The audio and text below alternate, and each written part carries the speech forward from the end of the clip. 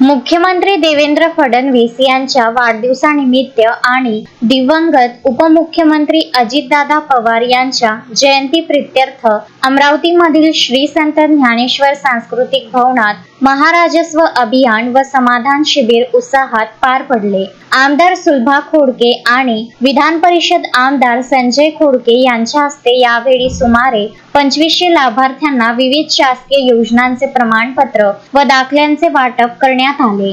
अमरावतीच्या विकासात अजितदादा पवार यांच्या धोरणांचा व निधीचा मोठा वाटा असून विकासाच्या प्रत्येक पावलावर त्यांची आठवण येत असल्याचे आमदार संजय खोडके यांनी आपल्या मनोगतात सांगितले। उपस्थितांनी 2 मिनिटे मौन पाळून दिवंगत नेत्याला आदरांजली अर्पण केली। शिबिरात आरोग्य, राशन कार्ड, महसूल कागदपत्रे, कामगार योजना, आवास योजना, एसटी महामंडळाचे NCMC कार्ड, दिव्यांग कल्याण आणि समाज कल्याण विभागाचे स्टॉल लावण्यात आले होते। कार्यक्रमास मनपा आयुक्त मंगेश गोदावले, उपविभागीय अधिकारी अनिल भटकर, तहसीलदार विजय लोखंडे यांच्यासह विविध विभागांचे प्रमुख अधिकारी, कर्मचारी व नागरिक मोठ्या संख्येने उपस्थित होते। शोएब खान, विदर्भ न्यूज, अमरावती।